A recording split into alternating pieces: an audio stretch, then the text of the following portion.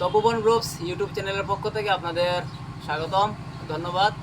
তো বন্ধুরা, আজকের এই প্রতিবেদনের মধ্যে আমি চন্দ্রমল্লিকার কিছু ভ্যারাইটি এবং কিছু প্রতিস্থাপনের পদ্ধতি তুলে ধরছি। তো চন্দ্রমল্লিকার যে ফাইনাল পটে প্রতিস্থাপন করব, 12 ইঞ্চি পটে প্রতিস্থাপন করার ফাইনাল পদ্ধতিটা তুলে ধরছি। তো এই হচ্ছে 12 ইঞ্চি একটি পট। তো পটের সবচেয়ে প্রথম আবশ্যক হচ্ছে ড্রেনেজ সিস্টেম। তো আমরা এমন একটি পট নেব যার মধ্যে অসংখ্য ছিদ্র রয়েছে।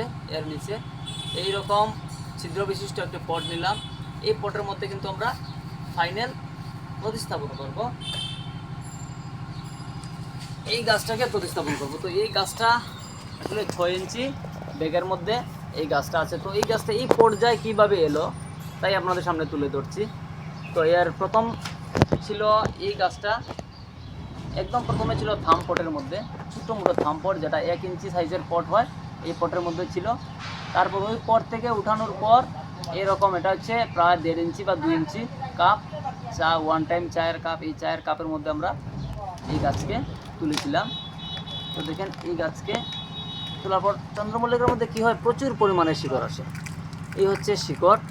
তো আমাদের কী করব, যখন আমরা দ্বিতীয়বার যখন আমরা রিপোর্টিং করব, তখন এই যে শিকড়ের যে মাটিগুলো আছে, এই মাটিগুলোকে কিন্তু আমরা আস্তে আস্তে করে সরিয়ে নেব। এই মাটিগুলিকে সরিয়ে নেওয়ার পর কি হবে, এটাকে ভালো করে এইভাবে সরিয়ে নেব সুন্দরভাবে। গাছের একদম ভয় পাবেন না, গাছ কিচ্ছু হবে না। তারপর এটা থেকে একটু বড় পট, এই দেখেন একটা বড় পট রয়েছে এখানে কতগুলো, এই গাছটা কিন্তু অনেক সুন্দর বড় হয়েছে। তারপর এরকম মাটির বা প্লাস্টিকের যে কোনো জাতের টবের মধ্যে আমরা এই গাছকে প্রতিস্থাপন করব। এটা হচ্ছে 3 ইঞ্চি পটের মধ্যে প্রতিস্থাপন করলাম। করার কিছুদিন পর আমরা এটা থেকে আবার অন্য পটে নিয়ে যাব, কিন্তু এটাকে পিঞ্চিং করতে হবে। পিঞ্চিং কেন করব, দেখেন এই গাছকে ঝাঁকড়া করতে হবে। এই গাছটা কিন্তু কী হয়েছে, অনেকগুলো ফুল এসেছে, ঝাঁকড়া হয়ে গেছে। তো ঝাঁকড়া করার জন্য কি করতে লাগবে, এটাকে একদম মাথাটা পিঞ্চিং করে দেবে। এবং এই আরেকটা মাথা রয়েছে, এই মাথাকে এইভাবে পিঞ্চিং করে দেবে। আবার যদি একটু ছোটো অবস্থায় যদি গাছের মধ্যে ফুল আসে, এই ফুলগুলোকে কিন্তু আমরা পিঞ্চিং করে ভেঙে দেব। তো আমরা এই পর্যায়ে শেষ হওয়ার পর আমরা ধীরে ধীরে ফাইনাল পটের মধ্যে পটিং করব। তো চলেন দেখি কীভাবে পটিং করা যায়। তো আমরা এই 3 ইঞ্চি পটের পরবর্তী স্টেপ হচ্ছে আমরা 6 ইঞ্চি ব্যাগ বা পটের মধ্যে নিব। তো এরকম ব্যাগের মধ্যে আপনারা ঢুকাতে পারেন। তো এই দেখেন এটা হচ্ছে 6 ইঞ্চি। তো আমরা এই পটে ছিল প্রায় 25 দিনের পরে আমরা নিলাম 6 ইঞ্চিতে প্রায় 25 থেকে 27 দিন ছিল। থাকার পরে কিন্তু এরকম পজিশন হয়েছে। তো এটার মধ্যে এই মাটির মধ্যে যেসব খাবার ছিল, এই কিন্তু খাবার ওবার যা যা দেওয়া হয়েছে, খাবার কিন্তু সব খেয়ে ফেলেছে, এগুলো শেষ। এবার এটাকে আমি স্থায়ীভাবে পার্মানেন্ট পটের মধ্যে প্রতিস্থাপন করব। আর চন্দ্রমল্লিকা এমন একটি গাছ, যত বেশি আপনি প্রতিস্থাপন করবেন, এই পুরানো মাটিগুলো পরিবর্তন করবেন, তত গাছের গ্রোথটা ভালো হবে। তো বন্ধুরা, দেখা যাক আমরা ফাইনালি এই পটের মধ্যে প্রতিস্থাপন করব। তো এই পটের মধ্যে প্রথমে আমি একটা এইরকম কাগজ নিয়ে নিলাম। এই কাগজকে এই জায়গার মধ্যে দিয়ে প্রথমে অল্প কিছু একদম দোআঁশ মাটি অল্প কিছু দিলাম। এর মধ্যে কিছু ভার্মি কম্পোস্ট দিলাম।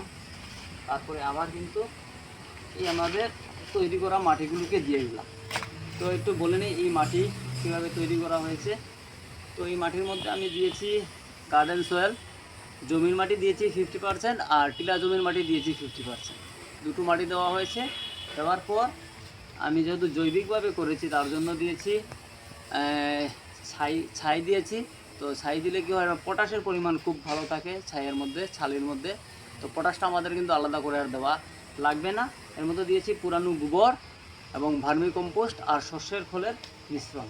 এই 2-3টি জিনিস দিয়ে আমি মিশ্রণটা তৈরি করে নিয়েছি। তো কিছু মাটি দিলাম।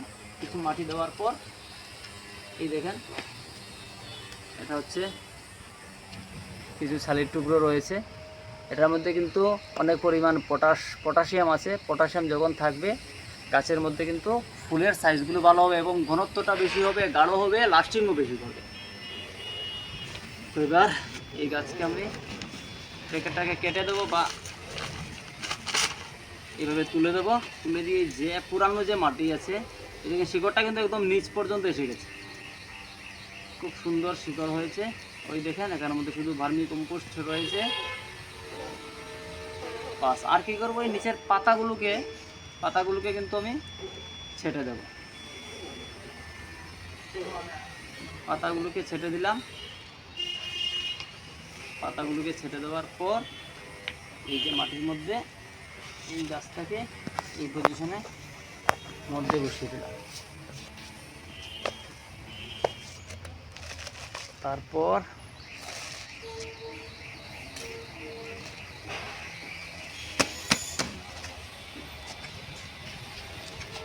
এই হচ্ছে চন্দ্রমল্লিকা ডোয়ার্ফ ভ্যারাইটি, কেউ কেউ এটাকে জার্মান ভ্যারাইটিও বলে থাকেন। আর জার্মান ভ্যারাইটি আছে, এর মধ্যে পুনো ভ্যারাইটিও রয়েছে। এই দেখেন এখানে কয়েকটি গাছ রয়েছে যেগুলোকে আমি 2-3 দিন আগে পটিং করেছিলাম। এর মধ্যে এটার মধ্যে যখন ফুলগুলো ফুটবে, এখন কিন্তু এই রয়েছে পট, এই পরিমাণে কিন্তু বেরিয়ে আসবে, এতটুকু বড় হয়ে যাবে। প্রত্যেকটা ফুল যখন ফুটবে খুব সুন্দর লাগবে। তো আপনাদের বাড়িঘরকে এই মরশুমের জন্য সুন্দরভাবে গুছালোভাবে করার জন্য চন্দ্রমল্লিকা গাছকে অবশ্যই লাগাবেন, দেখবেন খুব সুন্দর হবে। তো ভিডিওটি শেষ পর্যন্ত দেখার জন্য সবাইকে ধন্যবাদ।